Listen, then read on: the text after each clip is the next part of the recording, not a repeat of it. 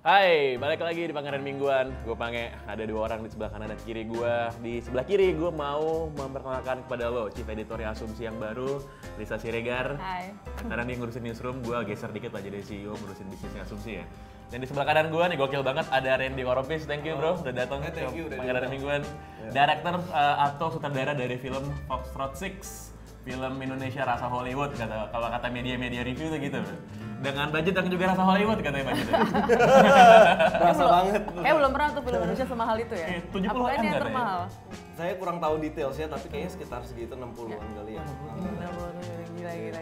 Gokil, Lis. Gimana caranya tuh bisa ketemu Mario Kasar? Gue denger katanya lewat chefnya apa gimana gitu. Iya, Mario Kasar nih produsernya Terminator salah satunya ya? iya Iya. betul.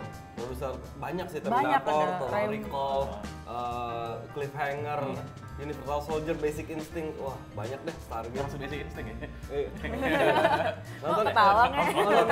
Dulu pas gue kecil gue agak mencuri-curi nonton gitu. Oh, gitu ya? Iya, nggak boleh kan? Umur berapa tuh? Masih SD. Wah, Oke, terus. Hmm. Terus boleh cerita nggak waktu itu ketemu Mario Kasar? Maksudnya gue tuh pengen taunya gimana caranya seorang Randy bisa meyakinkan Mario Kasar membawa produksi ke Indonesia gitu. Saya juga nggak tahu dia kenapa gitu. Kayaknya emang jalannya mungkin membawa kita untuk bertemu gitu ya. Soalnya ya waktu itu bener ada temen dari temennya tim kita gitu yang bekas chef dari Pak Mario-nya gitu. Udah gitu, saya kan udah nulis skenario-nya. Udah gitu saya dikasih tahu tim saya mau nggak kirimin aja nih ke siapa gitu. Mario Kasar namanya, kamu tahu nggak? Tahu banget gitu. Biasanya produser kan nama nggak gitu kedengeran ya, yang kedengeran director gitu. Tapi Mario Kasar itu terlalu banyak film dia yang saya suka banget, terus selalu dibukanya dengan Mario Kasar Presents gitu. Saya anak 80-an, jadi film-film beliau tuh nempel banget. Jadi begitu denger namanya langsung mau dong kirim aja gitu loh. Paling ditolak gitu. Ternyata enggak. Ternyata malah diundang waktu itu pas lagi liburan di sana gitu. Jadi kayaknya emang ada jalannya deh. Di LA ya di sana. Nah, pas lagi di LA diundang ke rumahnya. Ngeri gugup banget. Tapi ya saya udah emang bawa gitu kan semua materialnya, ya saya pitch seperti dari konsep desainnya, skenario, sinopsis, dan ternyata beliau langsung suka dan langsung mau join, jadi saya Nice. sekarang filmnya ada Mario Kasar Presents. Gile, kebayang gak sih? Menurut lo kenapa dia bisa lihat lo dan bilang oke gue mau ikutan? Saya nggak tahu ya, mungkin kalau menurut yang saya dengar dari dia gitu, karena dia selalu lihat dari insting ya, dari chemistry-nya gitu.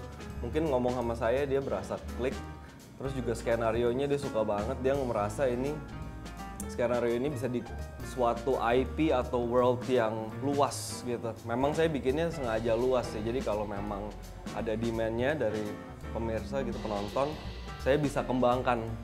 Dan dia bisa ngeliat ini setiap karakter sebenarnya bisa jadi film sendiri. Plus saya juga dulu kan untungnya salah ambil major. Gimana Apa tuh, ceritanya apa tuh? tuh? Apa tuh? Dulu saya ambilnya seni, ilustrasi gitu. Di kampus mana? Di Art Center dulu di Pasadena di luar. Saya dari dulu udah suka film kan, tapi nggak berani. Terus juga pembikinan film tuh benar-benar kebanyakan orang nggak tahu ya gimana caranya. Jadi saya nggak pernah kepikir untuk ke film gitu sebenarnya. Jadi saya larinya ke seni, which is emang hobi saya gitu. Saya tipe yang dulu kalau di kelas ya yang di belakang yang gambar-gambar sendiri gitu. Saya yakin banyak orang kayak gitu. Jadi setelah sekolah itu saya sempat kerja dulu gitu di sana, tapi nggak pernah ngegigit gitu. Memang selalu cinta nomor satunya tuh lebih ke storytelling film. Jadi akhirnya saya memberanikan diri ambil lagi sekolah film. Nah, art itu saya sempat mikir, aduh kebuang tuh berapa 3 tahun, 4 tahun saya sekolah. Tapi ternyata di film itu semua pekerjaan ada, dari accounting, dari marketing, semua deh, musik, semuanya ada di situ. Jadi termasuk seni rupa. Jadi saya gambar buat konsep desain. Jadi mungkin saya ngebayangin bajunya tuh kayak gimana, saya gambar dulu. Kalau ada teknologi apa, saya gambar dulu. Jadi mungkin Look Jakarta 2031. looknya juga, ya looknya juga. Jadi saya mungkin kasih itu ke Mario dan dia bilang wah nih orang udah tahu semua, visinya udah jelas banget. Mungkin itu salah satunya juga. Tapi kayaknya tanya Mario sendiri. Kita undang ke Pangeran Mingguan ya. Ini film pertama nggak ya? Film pertama. Gokil ya. Boleh nanya nggak sih kenapa suka film action? Film action itu menurut gue salah satu genre yang mau nggak mau konsekuensinya hidup dan mati. Jadi cerita itu kan menurut saya didikte dari konfliknya gitu. Semakin konfliknya besar semakin seru gitu. Jadi film action tuh biasanya memang konflik itu udah dengan sendirinya kuat, dan juga action itu suatu genre yang bisa nyebrang ke budaya manapun, tempat manapun gitu. Karena kalau hidup dan mati semua orang tahu nggak mau mati gitu ya. Kalau komedi tuh lebih berat karena lebih ke budaya ya. Apa yang lucu di kita belum tentu lucu di luar gitu. Jadi ya action suka banget sih. Kan selama ini kalau gue lihat, gue sebagai penikmat film awam ya, kalau Lisa kebetulan lama lah bergelut di bidang film dan jurnalisme gitu ya. Kalau gue penonton nih, kan sebenarnya nggak cuma sekali dua kali ada film yang Indonesia gitu yang mengklaim, wah ini Hollywood deh gitu kan. Ini dengan ini dibikin di Amerika, bikin di mana gitu. Nah kalau menurut lo, Lis, filmnya Randy nih, Fox Road 6, seberapa sahih gitu? Sahih apa sih? Seberapa legit gitu? Seberapa legit? Soalnya kan banyak kakak mengaku soalnya kan, banyak kakak mengaku kayak, oh pernah kirim kemana gitu kan. Ini filmnya sih menurut gue emang gayanya Hollywood banget gitu. Apakah karena produsernya dari Hollywood kayak gitu, tapi memang dari logika berceritanya apa semuanya tuh memang ngerasa Hollywood banget. Dan mungkin Randy kan emang sekolahnya di Amerika kan, jadi mungkin cara storytellingnya juga sangat ya Amerika juga gitu loh. Soalnya itu kerasa. Gue ingat banget dulu gue pernah nonton film action, gue nggak usah sebut namanya. Ada film action yang kebetulan dia bentuknya trilogi, gue nonton tiga-tiganya gitu kan. Katanya ini special effect. Film Indonesia? Indonesia ada. Gue tahu.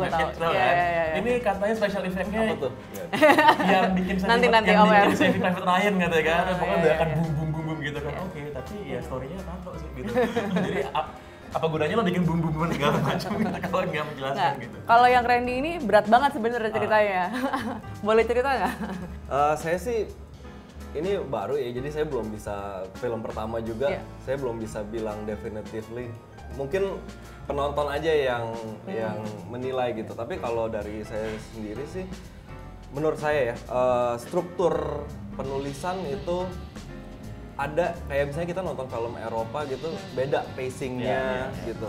Film Hollywood beda lagi gitu. Jadi saya memang karena belajar di sana, jadi saya sukanya dari dulu emang dari kecil nontonnya film-film Hollywood.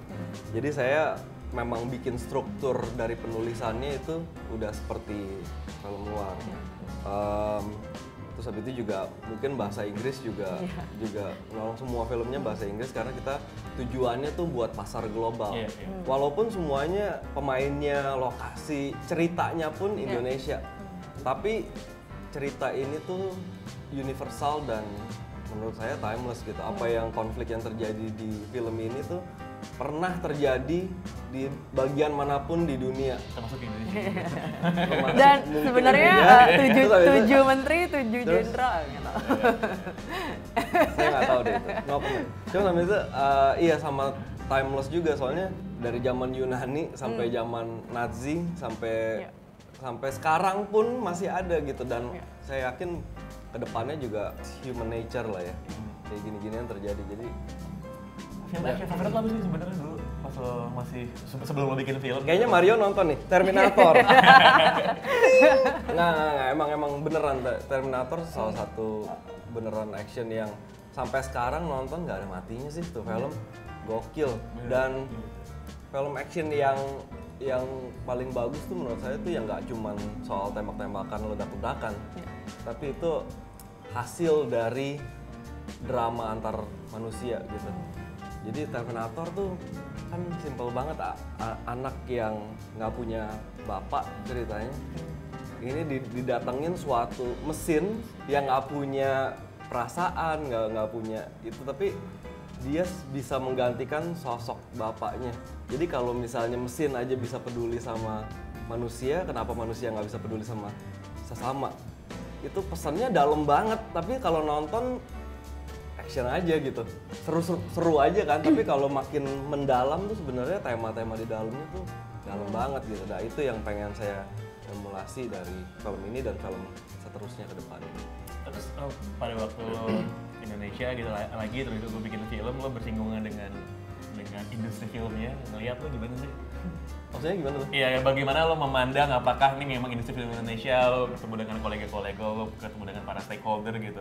Nah, kalau merasa bahwa mereka welcome sama lo gitu, atau kayak siapa sih anak baru gitu? Dua-duanya, ada yang A, ada yang B sih. Tapi saya rasa itu normal lah ya, di setiap pekerjaan kayaknya pasti begitu. Memang saya juga tahu pasti tantangan jadi orang baru gitu pasti begitu. Jadi tapi memang harus melewati itu lah ya, kayak rite of passage gitu. Ya. Tapi Randy hebat loh, dia waktu tahun 2010, waktu itu lo bikin trailer yang zero budget. Kan gue udah ngobrol sama Arifin Putra, sama Ferdi Sulaiman. Jadi gue dikasih lihat trailernya yang tahun 2010. Udah lihat ya? Yang ada aktor yang tidak boleh disebut namanya. Siapa nih? Nggak, kan baru dibilang tidak boleh disebut namanya karena ternyata nggak jadi ya. Nggak jadi. Karena schedule konflik. Iya. Tapi ya minta ntar coba aja minta izin. Siapa tahu suatu hari teaser tersebut terkuak. Tungguin di asumsi kalau terkuak. Okay. Cuman waktu itu emang itu cast-nya udah start semua tuh, udah nama-nama terkenal semua. Itu gimana caranya untuk meyakinkan bikin dong ini bareng gitu? Itu yang menurut saya hebat banget Indonesia ya. Karena para di industri kreatif ini berasa deket banget keluarga, karena kita berasa industrinya kan belum terlalu jalan-jalan amat ya. Iya. Jadi semua yang di kreatif ini tuh berasa kayak kita sama-sama yuk bareng kita majukan industri kreatif. Senang banget sih. Jadi itu yang Mario juga bilang bedanya di luar sama di sini tuh. Even yang bintang-bintang kelas A aja kalau disamperin sama murid atau orang siapalah gitu, tapi dia punya cerita yang kuat, karakter yang kuat, mereka lihat langsung mau bantuin. Soalnya tadinya saya mau main sendiri. Saya bukan aktor, saya takut banget jadi aktor, makanya saya salut banget sama para aktor. Tapi mau nggak mau, soalnya saya dulu waktu pulang nggak kenal siapa, cuma kenal segrup temen, jadi yuk kita bikin iseng-iseng aja gitu. Yang penting kita bikin keren, kita pitch. Tapi ternyata dikenalin, saya pitch, ternyata semua orang suka sama ceritanya dan karakternya, dan mereka langsung mau. Mas, saya bilang saya nggak punya budget, nggak apa-apa, kita bantu aja. Itu hebatnya. Makanya bagi yang di luar sana yang pengen bikin film atau apa, jangan takut di sini. Asik. Kenalan aja, asik banget. Pada semuanya siap membantu. Gue boleh kasih pertanyaan susah nggak? Film Indonesia favorit lo? Film Indonesia favorit gua sejauh ini The Raid sih. Raid. Jadi orang action. Iya. The Raid tuh membuka banyak pintu buat film-film action yang berikutnya ya. Iya, itu membuka jalan banget sih, yang tadinya di luar nggak kenal Indonesia. Sekarang gara-gara The Raid tuh kita bilang dari Indonesia, oh The Raid ya gitu. Hebat sih. Makanya saya juga waktu buat teaser itu di 2010 kan. Saya datang ke setnya The Raid waktu itu masih syuting, dan saya kasih lihat teaser, dikenalin sama Gareth Evans gitu. Jadi saya kasih lihat itu dan dia suka banget gitu. Jadi kita that's how. Iya. Jadi encourage gitu ya. Dia encourage banget. Jadi gue berasa, dia aja bilang ini. Jadi and then abis itu lo Fox Lot 6, what's next? Abis dari sini mau tawa. Kan tiap karakternya udah punya arc sendiri sebenarnya di Fox Lot 6. Soalnya gue kalau misalnya ngomong orang film, beda kan kalau ditanya what's next terus nggak mau jawab, ada dua kemungkinannya. Jadi apa tuh? Satu, belum deal, jadi belum boleh ngomong. Dua, udah deal, tapi belum boleh ngomong juga. Seringnya sih kayak gitu. Seringnya sih nggak boleh di-announce, seringnya. Padahal udah jadi. Padahal udah ada. Well, gini, kalau soal lanjutan dari Fox Road sih sebenarnya masih belum ada, masih nanti dulu, karena kita lihat dulu nih, ini si Pak Mario lagi memasarkannya di luar negeri. Jadi abis itu kita lihat hasilnya itulah dan demand-nya seperti apa. Tapi kalau buat berikutnya sebenarnya pengennya sih branch out ke genre lain dulu nih. Saya pengen kasih, soalnya saya nggak cuma suka action, walaupun action salah satu favorit saya. Pengen branch out dulu. Mungkin enggak sih, dulu enggak dulu. Tapi don't get me wrong, gue suka sih horor, gue suka. Tiba-tiba dibikin keren, lo nggak Bisa tahu loh. Iya. Kayak Get Out gitu ya, kayak Jordan Peele. Iya, horor juga sebenarnya salah satu seperti action juga, sebenarnya hidup dan mati juga yang maksudnya semua budaya bisa mengerti gitu. Betul. Tapi kayaknya pengen branch out ke lain dulu, nanti baru setelah itu mungkin baru balik ke Foxtrot lagi. Gitu. Ada sih. Ada ya? Ada sih, pasti ada. Nah, nanti obrolan sama Randy lebih dalam sebenarnya bisa lo dengerin di podcast di Showbox, di Spotify dan di berbagai di podcast lainnya. Gue sekalian mau promosi Box to Box di sini. Karena asumsi nonton banyak soalnya. So, thank you banget Randy. Thank you. Udah join di Thank you banget. Nanti kita ngobrol lagi di nanti lo ntar gue kasih linknya lah di mana lo bisa denger obrolan lebih lanjut lebih dalam lagi sama Randy dan sama Lisa di podcast Showbox. Thank you.